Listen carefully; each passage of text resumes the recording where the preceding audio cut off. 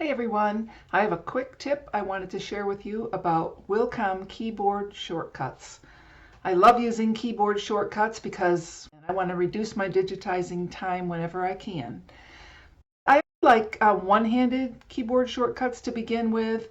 The ones, if I have to go Control D, something like that, I probably won't do it, but I do use the ones where you can use one letter quite frequently.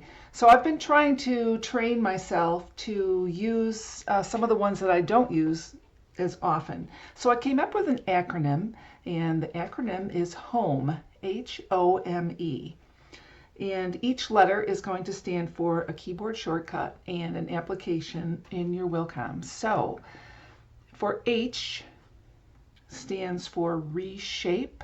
So if I am on my screen right now, I just push, I'm going to click on an object, get it out of true view, and click H.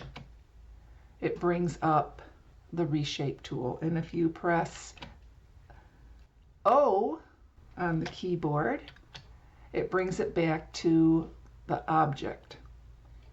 And M brings up the measure tool.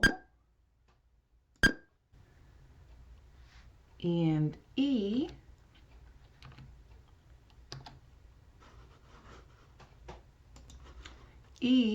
brings up the stitch edit tool. So I've got to click my object, and then I'm going to click E, and it brings up the stitch edit tool, so I can go stitch by stitch.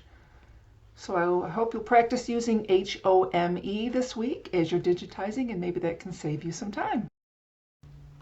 Having that acronym really has helped me remember some keyboard shortcuts. So after making this video, I went ahead and did 5 more words to help you learn those keyboard shortcuts. So stay tuned for my next video and please subscribe. Thanks.